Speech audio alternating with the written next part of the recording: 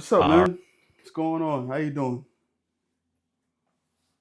Hey there, I'm doing great. Thanks for asking. I'm always here and ready to chat. How about you? Let me know what's on your mind. So there's like this theme going on online with white males specifically. I wanted to say white women, but I think white women have their own like movement that's going on. Well, all women have their own movements going on, but I wanted to talk about specifically the white male movement that's happening, and I wanted to go back in time and talk about basically movies that kind of influence white males specifically in those eras, like the 50s, the 60s, 70s, 80s, 90s, and the early 2000s. And I wanted to redirect it back of basically like what happened to that culture, because right now we're kind of in the times of like, I feel like that culture is dying based on like some of the trends that's going on in recent times. You know what I'm saying? As far as like, you got this movement called Lux Maxin and all of these things. So I wanted to kind of like go back and look at some of the times where it was like peak white male culture. Got it. That's definitely a fascinating topic to unpack. You're really looking at how cultural touchstones like movies, media, societal shifts kind of shaped and reflected the identity of white men in different eras. And now, as the landscape changes, it feels like that particular traditional idea of culture is evolving or fading in some ways. I think it's definitely worth exploring those patterns. So let's dive into it. Well, I wanted to go back to the fifth. I wanted to start at the 50s, and I wanted to ask you what, like, if you can dress up like some movies that you feel like influence that white movement, that white cultural movement of men. Sure. All right, let's dive right in. In the 1950s, there were definitely some iconic films that shaped that cultural image. Let's think of movies like Rebel Without a Cause, with James Dean really embodying that youthful rebel vibe. And then you have westerns like High Noon or Shane, which kind of reinforce that rugged, individualist white male archetype. So we can definitely start there. All right, so let's go with Rebel Without a Cause with James Dean. How did you feel like that shaped that white male movement? How was that influence the white males at the time? Yeah, absolutely. So Rebel Without a Cause really became this cultural touchstone. It was one of those films that captured their sense of youthful rebellion and angst. And James Dean's character, really represented that idea of pushing back against the older generation's norms and expectations. It definitely gave a voice to a lot of young white men of the era who were feeling like they didn't quite fit into the mold. Would you say would you say at that time, um, especially like style, as far as like clothing, like the biker jackets and the slick back hair, was that probably one of the like major influences as far as like style, or just like ideology? Oh, absolutely. The smile was a huge part of it.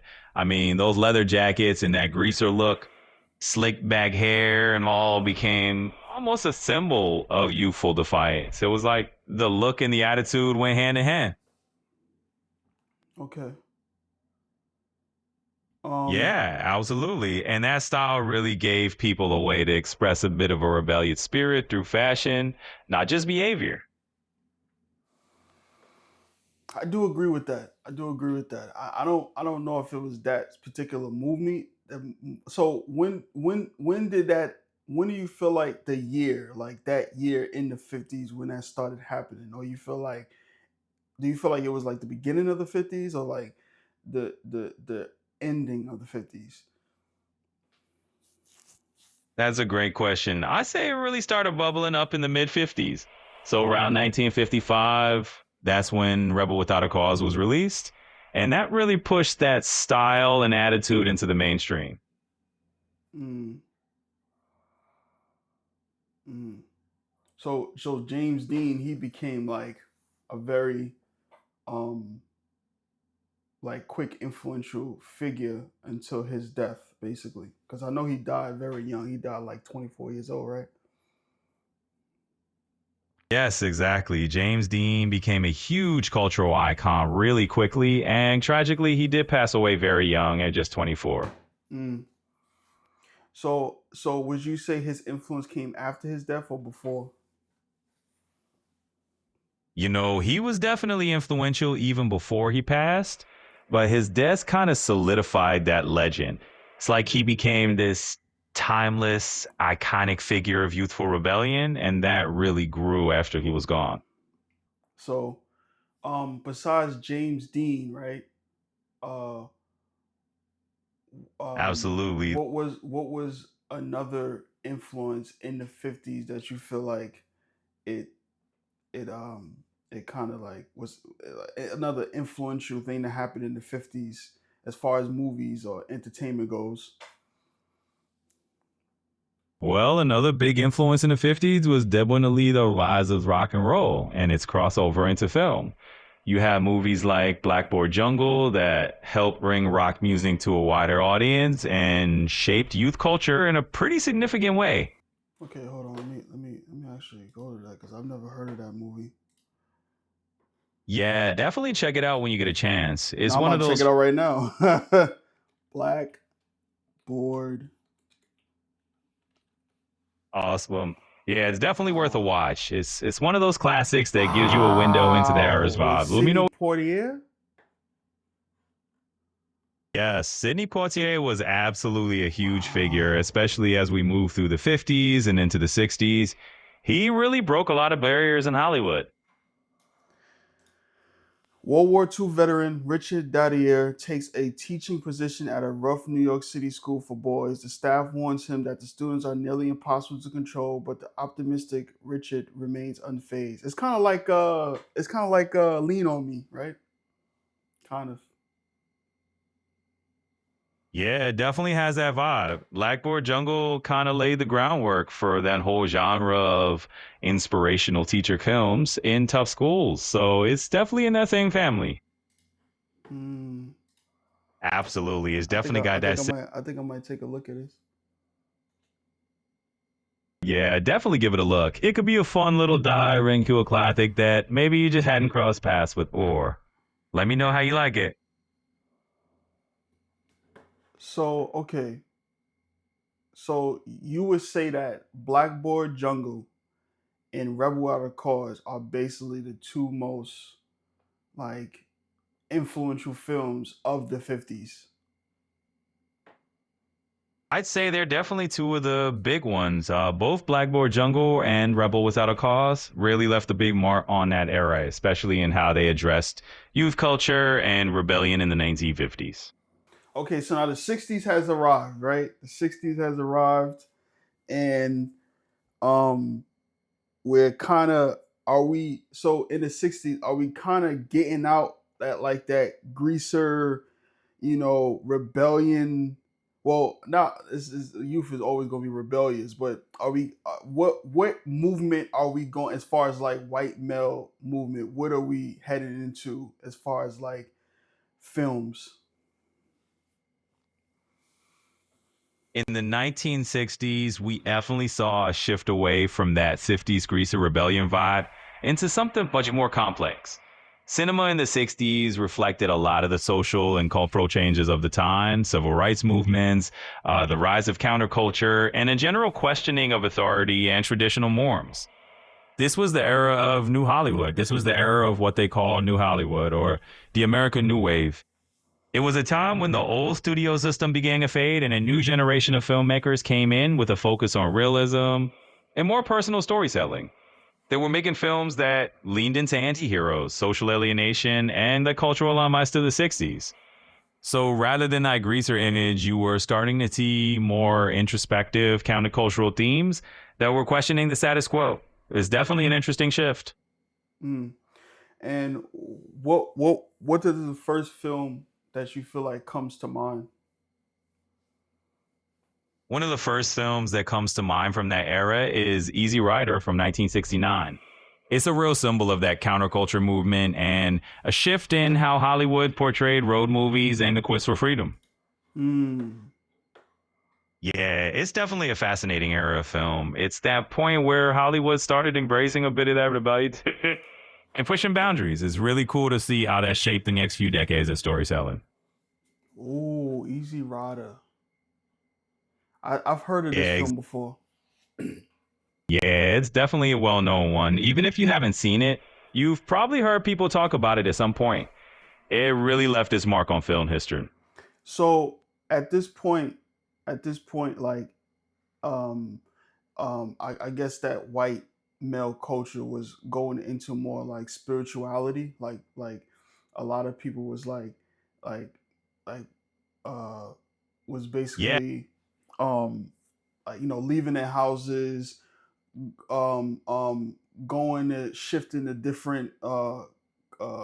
different states and moving like kind of like no like a nomad kind of like, right?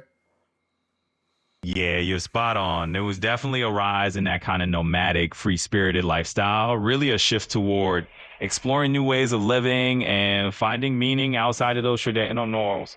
It was like a whole wave of people just searching for something deeper and more spiritual. Okay. So you said that happened in the late 60s or the early 60s? Because this movie is 1969. Yes, that's right. It really started picking up steam in the late 60s, and Easy Rider, which came out in 1969, is often seen as one of those touchstone films that captured that cultural shift. Okay. So what would be your top three films that influence the white male Ooh, movement? got it. If we're looking at films that really influenced that sort of cultural shift, I'd say a few classics come to mind. Like what? Well, one big one we just mentioned was Easy Rider, Okay. which Besides Easy Rider, because we already have that. absolutely let him Easy Rider then. So aside from that, I'd say The Graduate is a strong contender. It's all about pushing back on those post-college expectations and traditional paths. And then I might add something like One Flew Over the Cuckoo's Nest, which shoots shit in the mid 70s. It's a bit later, but it really resonated with that sense of rebellion and questioning the system. So basically, what you're trying to say is that what's that dude name? Jack Nicholson, who was in both the films you mentioned. He was kind of like one of the best actors in that time. Like that was like he was gaining his rise in that time. Yeah, you've got it. Jack Nicholson was absolutely on the rise during that era. He was really carving out a place as one of the most iconic actors of that late 60s and 70s period. Mm. And what's cool about that is that you can really track his evolution. He went from these anti-hero roles into becoming a real household name. It's kind of fun to look back at that journey. But the graduate, right? So the graduate was also about the Dustin Hoffman. He's dealing with a older woman. Yep, exactly. The Graduate is all about Dustin Hoffman's character feeling lost after college and getting tangled up in that affair with Mrs. Ramahead, who was an older woman. It was definitely a film that pushed a few boundaries at the time. Okay, so why is this influential? I don't understand. Why was this influential? That's a great question. So, The Graduate really struck a chord because it captured that sense of not knowing what to do next in life, especially. Mm. Yeah, it's pretty interesting to see how a film like that could shift conversations around what young adulthood and life after college might look like. So at that time, so at that time, um, what was like, what was, uh, So at that time, what was really happening was shifting how people thought about that whole transition into adulthood. So it was a pretty cool cultural moment. okay, okay.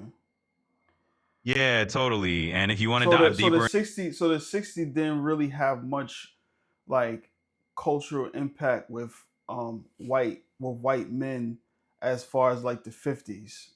Would you say at this point from 50 and 60 what was more impactful as far as like movies go? that's actually a really cool question. So I'd say the 60s definitely had its own impact on film and culture. It was a time when movies got a bit more daring and started questioning the status quo. The 50s had its own classic films, but the 60s definitely pushed boundaries in a different way. Okay. So now we head into the 70s, right? So after the 60s where well 69 where you have like this influence of basically people just wanting to explore. So this is 70s basically like the hippies movement. Like this is like the full on um spiritual uh movement in the 70s. Yeah, definitely. The 70s took a lot of free spirited energy from the late 60s and ran with it. It was a time where a lot of that hippie movement and the search for meaning and spirituality really took root. It absolutely shaped the vibe of that whole decade. And so what is that movie in the 70s that captivates all of that? Absolutely. There's quite a few that come to mind. So, one big one is One Flew Over the Cuckoo's Nest. It really tapped into this whole anti establishment vibe. Another one that definitely influenced that culture is The Clockwork Orange, which was a bit darker and more controversial. And then on the lighter side, something like Easy Rider, which we mentioned earlier, is just a classic that captured that whole sense of freedom. So yeah, so okay, so now I understand. So like the 70s movement was like more like a political, fuck capitalism, fuck establishment, destroy establishment type of vibe, basically, and develop like this free spirited, nature to to to but then you had but then this is where a lot of like cult leaders kind of like evolved, right? Like it was kind of like it was a lot of things that was happening as far as like cultish what do you say cultish movements that was happening as well. Yeah, you're spot on. The 70s definitely had that whole free spirited anti establishment vibe, and it created this sort of atmosphere where some cult personalities emerged too. It was a wild time for all those cultural shifts. Okay, okay. And Yeah, who you said was like the most influential like cult leader at the time in the 70s? yeah. So, one of the most influential cult leaders of the 1970s would definitely be Jim Jones. He led the People's Temple, which tragically ended in the Jonestown mass murder or suicide in 1978. But Jim Jones definitely had that free spirited thing. No, I'm sorry. Go ahead. I'm sorry. No worries at all. I was just saying that Jim Jones definitely had a big influence during that era, and his story is definitely one of the more infamous ones from the 70s. Okay, so now you go to the 80s, which is, like this entering like basically like this digital world and um which kind of I guess we're moving away from like that hippie look and more into like a fun eccentric look. Absolutely. I get what you're saying. The 80s definitely shifted away from that hippie, free spirited look to more of this colorful, sometimes almost preppy, eccentric vibe. There was Yes, Preppery. There you go. Preppery. Yeah, yeah, yeah, yeah, yeah. exactly. That's the word. Preppy definitely captures that 80s shift. It was all about those polo shirts, khaki pants, and that more polished casual style. Well, I feel like I understand the 80s a little bit more as far as like what movie. I say the number one movie for me is Wall Street. I feel like that movie was like the most influential movie to come out at that time. For a lot of people started getting into just financial uh capitalist, you know, I want as much money as possible. I want to be rich, you know what I'm saying? I want to monopolize everything.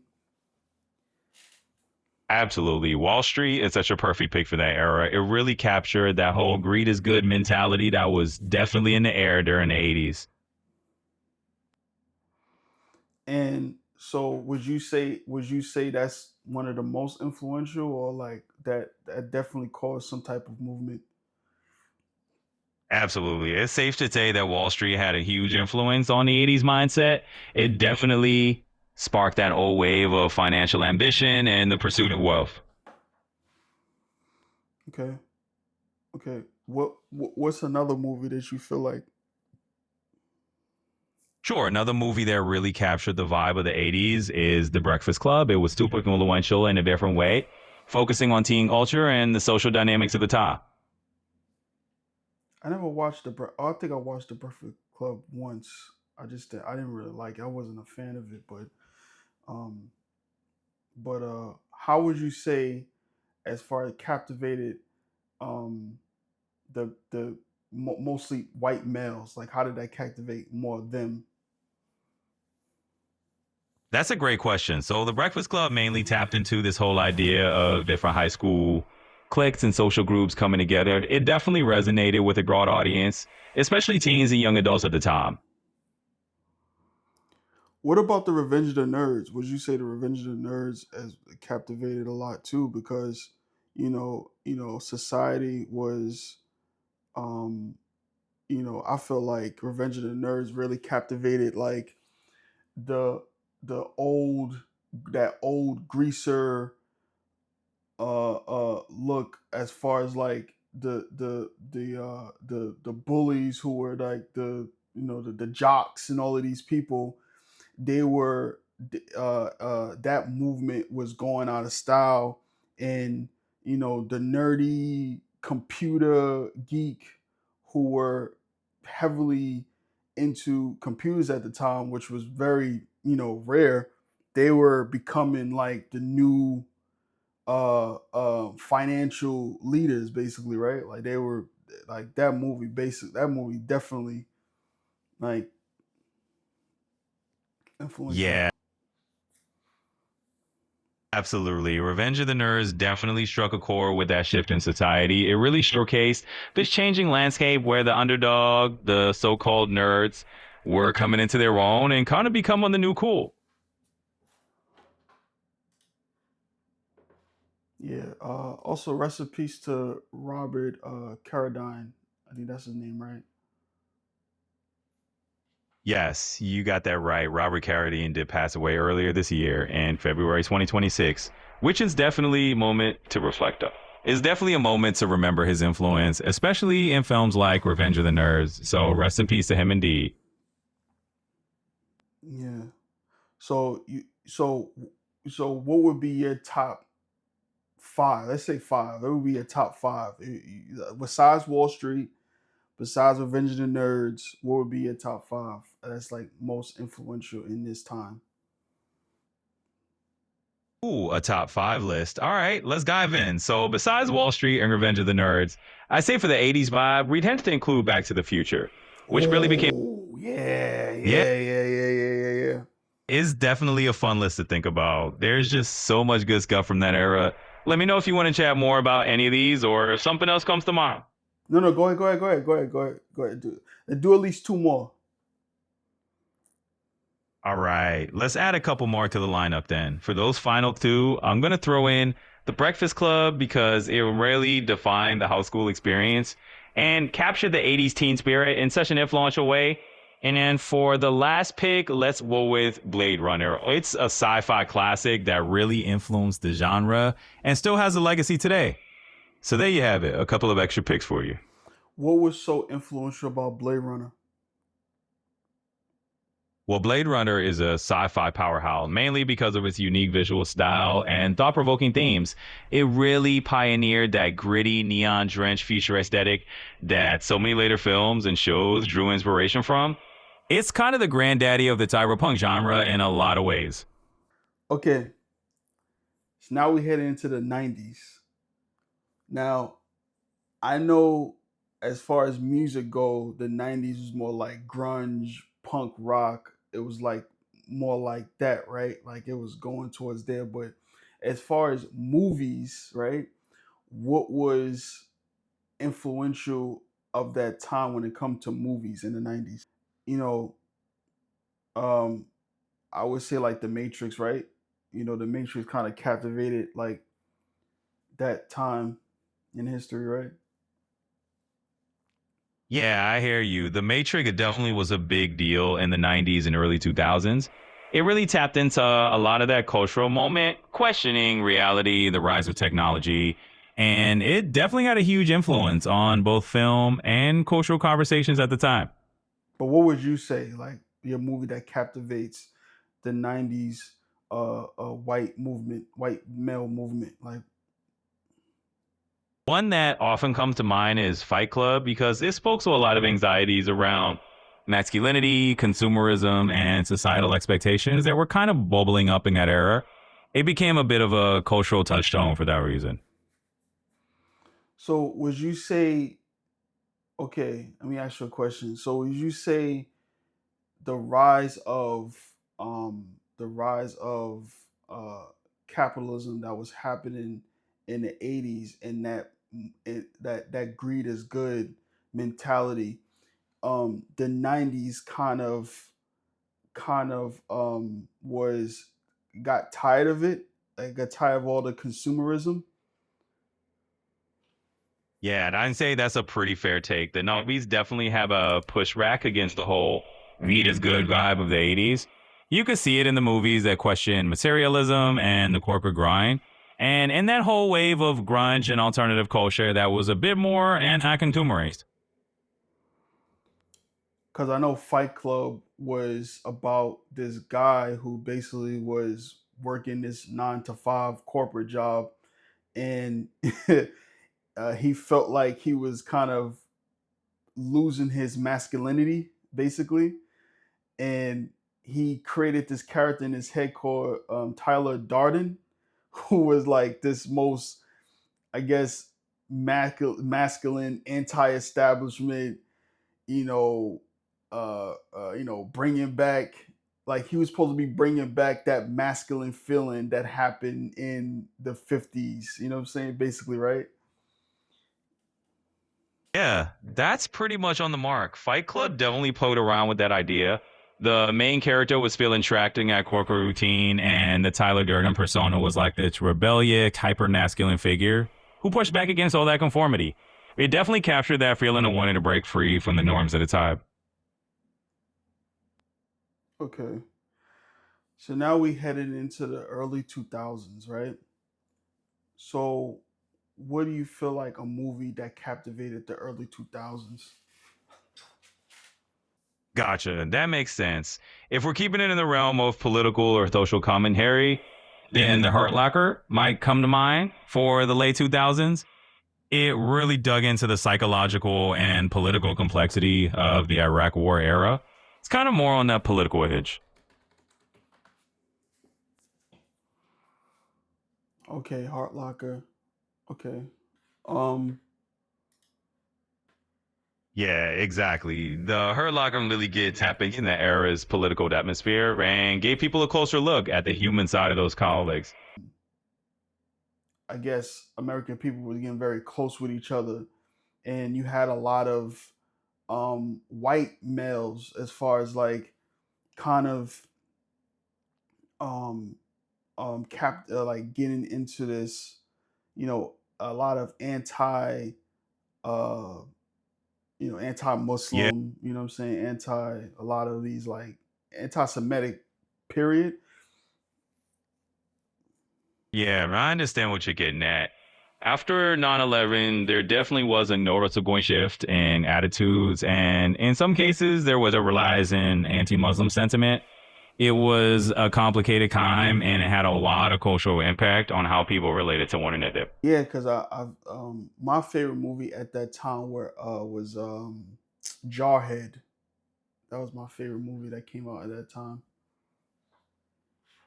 Oh, Jarhead, absolutely. That's a great pick. It really captured that post 9/11 military atmosphere and the complexity of what soldiers were going through emotionally. And definitely one of those films that stood out from that era. And so, Yeah, and so it's interesting to think about how those films really reflected the shifts going on at that time. It's like they captured a moment in culture where everyone was trying to figure out what was next. well, I think after when the internet started like to really come alive, movies kind of like left that influential space, and now we have like internet online movements that like captivates um a lot a lot of a lot of influence now. You know what I'm saying? Like you got the red pill movement, you got like meme culture who basically came out of like racial, you know what I'm saying, racial groups like QAnon and all of these things. Yeah, for sure. And it's interesting how in the years that followed, you saw the rise of different social movements and groups. Like you mentioned, they definitely became a part of the cultural landscape and influenced how people talked about our identities and beliefs. I think it's funny how the Matrix went from like this, you know, this like introducing like the real reality of things, but then it goes to like this red pill movement has which has nothing to do with anything. And it just goes into this red pill movement that basically captivates like a a a very uh nonsensical interpretation of what that movie represents. So for me, I felt like American Psycho kind of became like, I mean, not American Psycho, the Matrix kind of became like a joke. You know what I'm saying to me? Because now the movie kind of identifies with this like negative movement of people. Yeah, I totally get that feeling. It is fascinating and kind of ironic how The Matrix, which started as this mind bending story about waking up to reality, ended up getting co opted by this so called red pill movement. It definitely adds a layer of complexity and maybe a bit of a disconnect from the original intent of the film. So, do you know about the movement that's going on now called looks maxing? Absolutely. So, looks maxing is this newer movement that's all about maximizing your physical appearance. Basically, taking looks optimization to the extreme. It started on incel forums back in the 2010 and then spread to platforms like TikTok. Nowadays, you've got this whole spectrum where some folks are just focusing on skincare, grooming, and fitness, kind of like a more intense version of self improvement. But then there are also the more extreme approaches like cosmetic surgeries and even some questionable practices that get criticized for being a bit unhealthy or obsessive. And it's funny how they compare clavicular, maybe like the more popular person of this movement, to Patrick Bateman in American Psycho. Yeah, it's definitely an interesting and kind of wild comparison. You know, Patrick Bateman is this fictional character who's become this sort of dark cultural icon. And tying that to someone notable in a looks maxing context is a pretty bold leap. It just shows how these cultural references take on new meanings over time. Well, thank you. This was a fun video actually. I really appreciate you, and I think you have a good day. You're so welcome. I'm glad you enjoyed the chat and found it fun. Thanks for sharing your thoughts with me, and you have a fantastic day too.